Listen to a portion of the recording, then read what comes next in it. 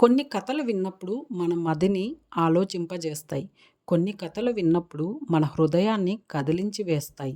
ఈరోజు కథ మన హృదయాన్ని కదిలించే కథ. విన్నామా?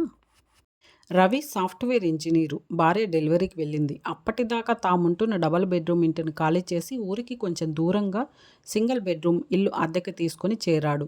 స్వయం పాకం చేసుకుంటూ ఉన్నాడు. ఆ రోజు ఆదివారం. బయట కూర్చొని కాఫీ తాగుతూ ఉన్నాడు. ఆకుకూరలు ఆకుకూరలు అని కేక వినిపించింది. 70 ఏళ్ల వృద్ధురాలు తలపై కూరల గంప పెట్టుకుని కనిపించింది. పిలిచాడు ఆమెని. కాస్త గంప దించయ్యా అన్నది ఆమె. పాలకూర కట్ట ఎంత? అడిగాడు రవి. 10 రూపాయలకు 3 అయ్యా చెప్పింది అవ్వ. మరీ అన్యాయం, బయట 5 ఇస్తున్నారు అన్నాడు చిరుకోపంగా. 4 తీసుకో నాయనా, కట్టలు తీసింది అవ్వ. 10 రూపాయలు ఇచ్చాడు. గంప కాస్త పట్టయ్యా అన్నది అవ్వ, గంపను తన వైపు ఎత్తి పట్టుకొని. గంపను పైకి లేపుతూ 2 కట్టల పాలకూర తీసి ఇంట్లోకి విసిరాడు రవి. అమ్మయ్య, 10 రూపాయలకి 6 కట్టలు వచ్చాయి అనుకున్నాడు ఒకంత సంతోషంగా. తర్వాత ఆకుకూరల అవ్వ వెళ్ళిపోయింది.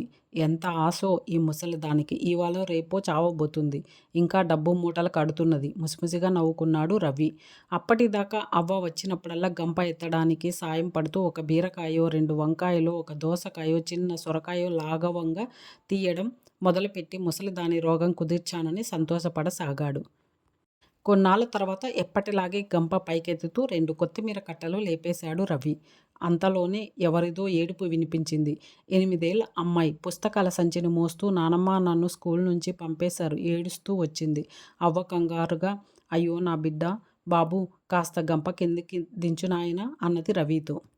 ఏడవకమ్మా, నేనొచ్చి చెప్తాలే, రేపు ఫీజు కడతాలే నా తల్లే, ఇంటికి పోదాం పద అన్నది పిల్లని వాటేసుకొని ధారాపాతంగా నీరు స్రవిస్తున్న ఆ చిన్నారి నయనాలను తుడుస్తూ. రవికి అర్థం కాలేదు. అయోమయంగా చూస్తూ, ఎవరి పిల్ల అవ్వా అని అడిగాడు. నా మనవరాలు బాబు, ఆడపిల్ల పుట్టిందని అల్లుడు నా కూతుర్ని వదిలేసి వెళ్ళిపోయాడు. చుట్టుపక్కల వారు సూటిపోటి మాటలు అంటుంటే తట్టుకోలేక కూతురు పురుగుల మందు మింగి చచ్చిపోయింది. మా ఆయన 3 ఏళ్ల బట్టి పక్షవాతం వచ్చి మంచం మీదున్నాడు. ఈ నలుసుని సాకడానికి చిల్లిగవ్వలేదు. ఎప్పుడు బయటకు వచ్చి ఎరుగని నేను రోజు తెల్లవారుజామునే లేచి పొలాలకెళ్ళి ఆకుకూరలు అరువు మీద తీసుకుని మోస్తూ ఇలా ఇల్లిల్లు తిరుగుతూ అమ్ముకుంటూ పైసా పైసా కూడబెట్టి దీన్ని చదివిస్తున్నా. మొన్న ఫీజు కట్టడానికి వెళ్తే 1000 రూపాయలు పెరిగిందని చెప్పారు. నెల రోజుల్లో కడతానని చెప్పి బతిమాలితే సరే అన్నారు. ఈరోజు చూడు బాబు, పసిపిల్ల అనే కనికరం కూడా లేకుండా బయటకు పంపించారు అన్నది కళ్ళు తుడుచుకుంటూ. రవి నరాలు మొత్తం బిగుసుకొని పోయాయి. రక్తం స్తంభించిపోయింది. గిరుక్కున తిరిగి హాల్లోకి వచ్చాడు. అతని హృదయం ఆకాశం చిల్లులు పడేలా ఏడుస్తున్నది. మనసంతా ఉష్ణ జలపాతం అయింది. ఎంత నిగ్రహించుకున్నా కళ్ళు దారలు కట్టాయి. ముసల్దానికి ఎంత డబ్బాస అనే తన వెకిలి మాట 1000 గుణపాలై దేహాన్ని కుళ్ళబొడిచింది.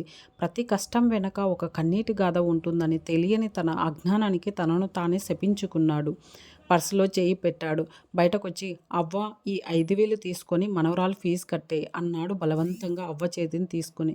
హంపి మొహంజదారో శిథిలాలకు ప్రతీక లాంటి అవ్వ వృద్ధ శరీరం భూకంపం వచ్చినట్టు కంపించింది. బాబూ, ఇంత అప్పు తీర్చాలంటే నాకు ఏడాది పడుతుంది అన్నది వణుకుతూ. అప్పు అని ఎవరు చెప్పారు? చనిపోయిన మా అమ్మ ఆత్మశాంతి కోసం ఇస్తున్నాను. ఇప్పుడే కాదు, నీ మనవరాలి చదువు అయ్యేంత వరకు నేనే ఫీజు కడతాను. రేపటి నుంచి రోజు నేను ఉన్నా లేకపోయినా 10 రూపాయల ఆకుకూరలు ఇచ్చేసి వెళ్ళు. గంప పైకెత్తాడు రవి. మర్నాడు రవి నిద్రలేచి తలుపు తీశాడు. వాకిట్లో 6 ఆకుకూర కట్టలు కనిపించాయి.